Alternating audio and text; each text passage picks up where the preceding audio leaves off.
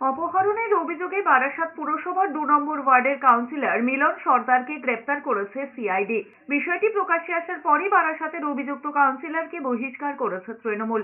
সূত্রের খবর, উত্তর ২৪ পরগনার ব্যবসায়ী দেবব্রত দেকে ২ দফায় কিডন্যাপ করার অভিযোগ রয়েছে মিলন সর্দারের বিরুদ্ধে। একসময় ত্রিপুরায় থাকতেন তিনি। মোটা অঙ্কের মুক্তিপণের জন্যই তাকে অপহরণ করা হয়েছিল বলে অভিযোগ।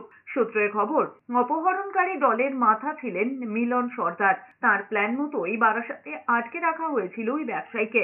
সূত্রের খবর, প্রথম দফায় মুক্তিপণ হিসেবে ৬ কোটি টাকা, পরবর্তীতে আরো ৩ কোটি টাকা নেওয়া হয়েছিল।